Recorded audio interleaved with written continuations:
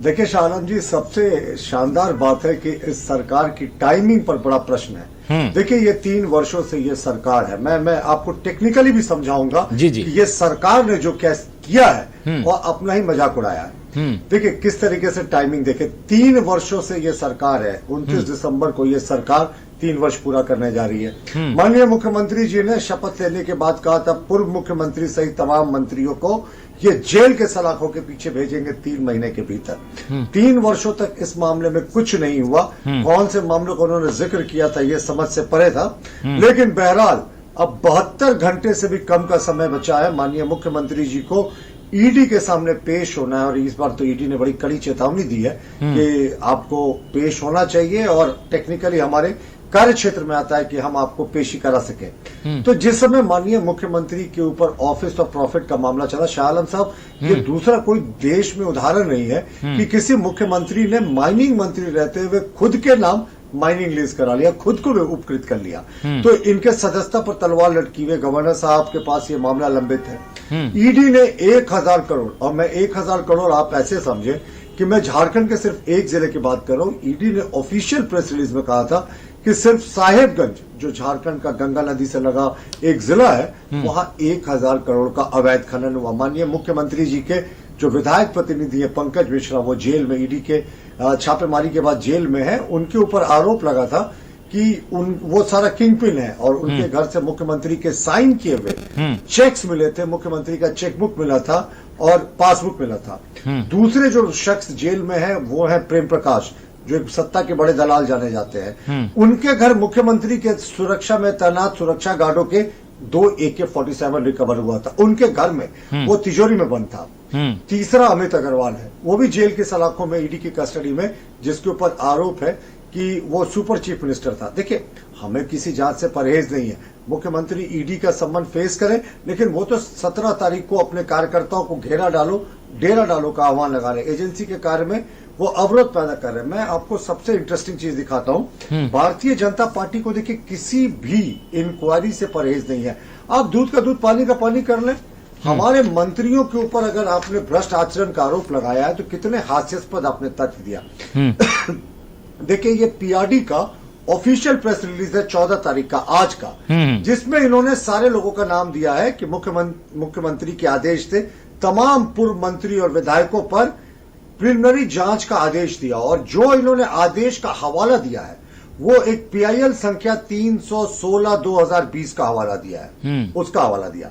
मैं उस PIL का आपको आज का स्टेटस दिखा रहा हूं। आज का स्टेटस, इस PIL का स्टेटस है फर्स्ट हियरिंग डेट अभी तक नहीं हुआ, नेक्स्ट हियरिंग डेट अभी तक नहीं हुआ, स्टेज ऑफ केस लावाजिमा यानी डिफेक्टिव केस है। तो जिस केस को ये आधार बता रहे हैं, ये 316/2020, मैं आपके चैनल में दिखा रहा हूं, उसका आज का स्टेटस है ये केस तो उच्च न्यायालय में सुनवाई के लिए आज तक आई ही नहीं। आप कोई डायरेक्शन की बात छोड़ दीजिए, ये केस तो एडमिट भी नहीं हुई है, कोई दिशा निर्देश नहीं हुआ और मुख्यमंत्री का कार्यालय कह रहा है कि इसी केस के आधार पर हम इंक्वायरी का ऑर्डर दे रहे हैं। साहब, ये कैसे आप लॉजिक दे रहे हैं? आप इस केस, अगर आपने खुद को जांच की होती और आपने उसके आधार पर इंक्वायरी की होती तो लगता कि कुछ बात है। आप तो जिस केस का हवाला दे रहे हैं उच्च न्यायालय का हवाला दे रहे हैं। प्रतुल साहब, आप भी वही बात कह रहे हैं जो अभी अगर हम हेमंत सोरेन के पक्ष रखने के लिए किसी, मैं आपको बता रहा हूं कि क्या था, मैं आपको बस बहुत 1 मिनट में बता रहा हूं कि मुख्यमंत्री के खिलाफ 3 अलग अलग मामले हैं।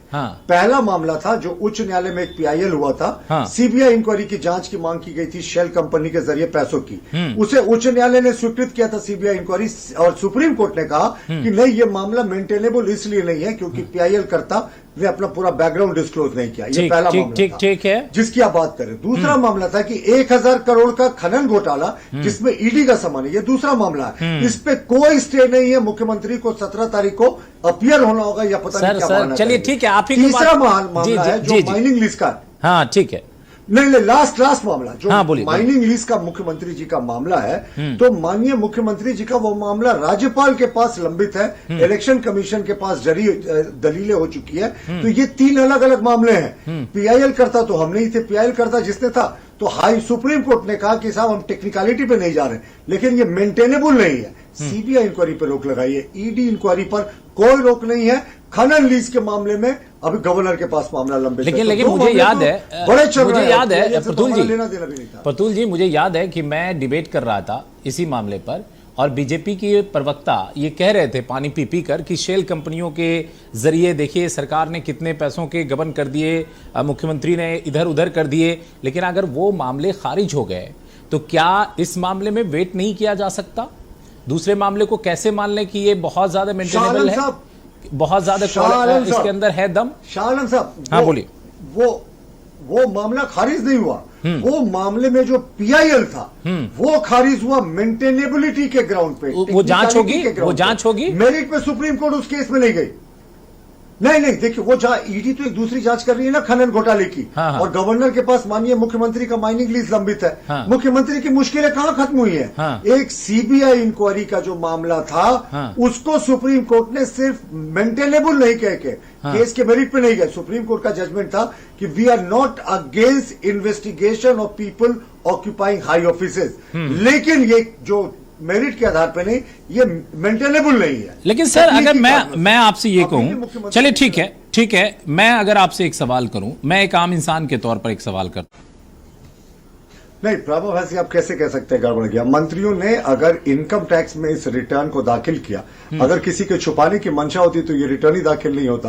आपको भी पता है काले धन किस तरीके से हमारी केंद्रीय सरकार लगातार रोकने की कोशिश करी है। शाह आलम साहब, बड़ा प्रश्न है सरकार को स्वतंत्र जांच कराने के लिए।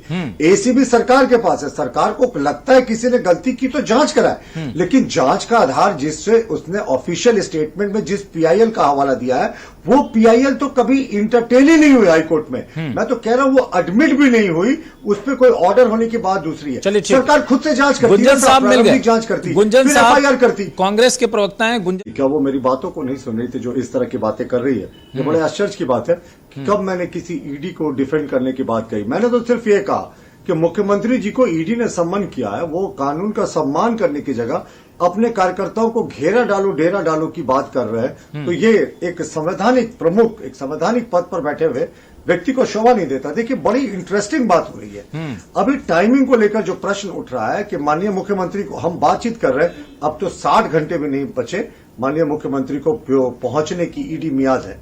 सबसे इंटरेस्टिंग बात है, मैंने कहा ना कि अगर 3 वर्षों में इस सरकार के पास सच में किसी के खिलाफ सबूत था कि इसने जो भी इनकम टैक्स रिटर्न दिया उसमें गड़बड़ी थी, तो 3 वर्षों में यह जांच किया, ये दोषियों को जेल भेज सकते थे। लेकिन अभी जांच का आदेश देना, वो भी जब मुख्यमंत्री को पेश होने में 3 दिन बचा है, और वो एक ऐसे पीआईएल को आधार बनाकर, देखिए कहते हैं ना हड़बड़ी में गड़बड़ी हो जाती है। इन्होंने षड्यंत्र रचा लेकिन उस पीआईएल को आधार बताया, और ये पीआरडी का ऑफिशियल प्रेस रिलीज है। शाह आलम साहब, मैं कोई हवा में बात नहीं कर रहा। पीआरडी ने ऑफिशियल प्रेस रिलीज में जिस पीआईएल का हवाला दिया है, वो पीआईएल के एक इंटरेस्टिंग बात, मैं तो बोल चुका हूं, वो पीआईएल का आज तक सुनवाई नहीं हुई, और अभी भी डिफेक्ट के कारण यानी तकनीकी खामियां, वो आज तक हाईकोर्ट में सुनवाई नहीं हुई। ऑर्डर की बात छोड़ दीजिए। और सबसे इंटरेस्टिंग बात, उस पीआईएल कर्ता जिसका ये हवाला देकर ये इन्वेस्टिगेशन करने की बात की जा रही है, उसके वकील राजीव कुमार है।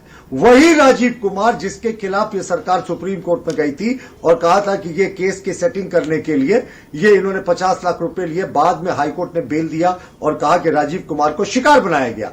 तो आप ये समझे कि एक तरफ सरकार इसी राजीव कुमार पीआईएल के जो एडवोकेट है उनको कह रही है कि ये पीआईएल करके ब्लैकमेल करना चाह रहे हैं, और दूसरी तरफ उसी पीआईएल को आधार बना रही है जिसमें ये वकील है और कह रही है इसी के आधार पर हम केस कर रहे हैं, जबकि हाईकोर्ट का कोई डायरेक्शन नहीं। आपने इंक्वायरी कर ली होती साहब को, इस पीआईएल का हवाला देने की क्या आवश्यकता थी? आपका सारा भांडा तो यही फूट गया।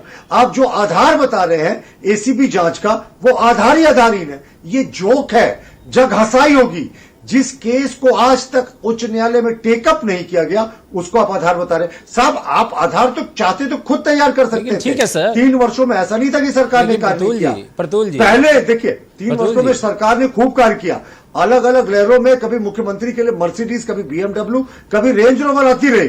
तो ये 3 वर्षों में अगर इनको जांच कराना होता तो जांच करा लेते, लेकिन जब ईडी ने सम्मन भेजा है तो इनको बहुत छटपटी हो गई। आपको टैक्स में कोई डिस्क्रिपेंसी है या आय से कोई स्रोत से ज्यादा की बात है तो इनकम टैक्स इनसे जरूर पूछता।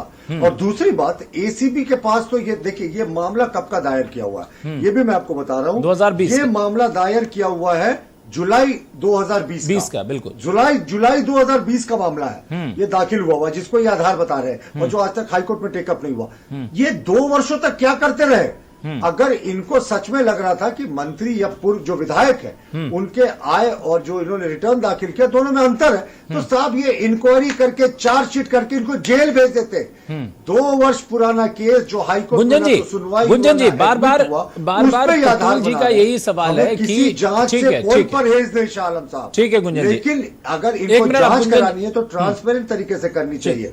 अब मुख्यमंत्री जी 2 दिन बाद हाजिर होने वाले हैं और ये जांच का आदेश दे रहे हैं। जी ठीक है गुंजन जी, प्रतुल जी ये कह रहे हैं कि हमें जांच से भी कोई आपत्ति नहीं है। आपकी आपने जो आधार इस्तेमाल किया है 2020 के जिस पीआईएल का, उसके जो वकील हैं राजीव कुमार, वो खुद 50 लाख रुपए लेते पकड़े गए थे। उस वकील को आपने जेल में डाला और उसी केस को आज उन्हीं के द्वारा दायर किए गए केस को आधार बनाकर आज मंत्रियों के खिलाफ एसीबी जांच के आदेश आप दे रहे हैं।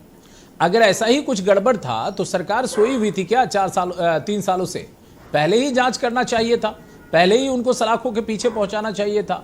2020 का मामला है, जुलाई 2020, इंतजार किस बात का था? जी प्रतुल शाहदेव जी को बोलिए कि वो झारखंड के वो भी नागरिक हैं, जितना हमें झारखंड के लोग